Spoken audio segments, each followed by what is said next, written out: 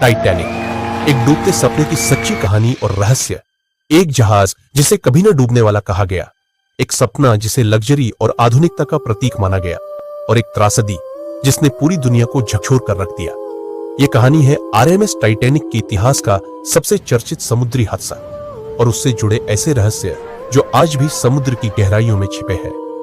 साल था 1909, जब ब्रिटेन के बेलफास्ट शहर में व्हाइट स्टार लाइन कंपनी ने दुनिया का सबसे बड़ा और शानदार जहाज बनाने की योजना शुरू की। इस जहाज का नाम रखा गया आरएमएस टाइटैनिक, जिसकी लंबाई 882 फीट, वजन 46,000 टन से ज्यादा, सुविधाएं, आलीशान कमरे, भव्य भोजनालय, जिम, स्विमिंग पूल और यहां तक कि टर्किश बात भी। टाइटैनिक को अपराजेय, न डूबने वाला कहा गया।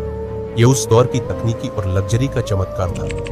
10 अप्रैल 1912 टाइटैनिक ने अपनी पहली यात्रा के लिए इंग्लैंड के साउथहैम्पटन बंदरगाह से रवाना लिया। गंतव्य था न्यूयॉर्क, अमेरिका।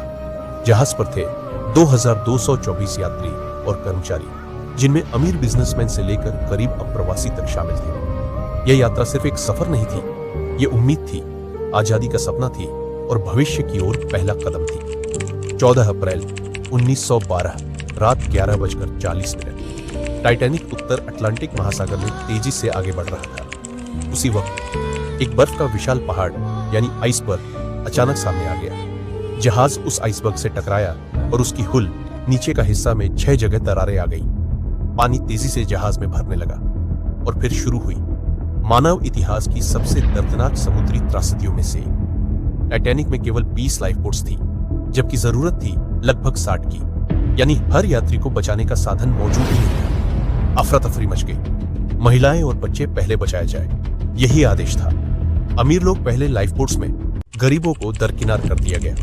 2:20 15 अप्रैल 1912, सिर्फ 2 घंटे 40 मिनट के भीतर टाइटैनिक समुद्र की गहराइयों में समा गया। इस हादसे में 1500 से ज्यादा लोगों की मौत हो गई। बच पाए सिर्फ 705 लोग, वो भी ठंड से कांपते हुए, किसी चमत्कार की तरह। आरएमएस कारपेथिया नामक जहाज ने बचे हुए लोगों को समुद्र से निकाला। इस हादसे के बाद कई सवाल उठे। क्यों टाइटैनिक इतनी तेजी से चल रहा था, जबकि बर्फ की चेतावनियां पहले से थी?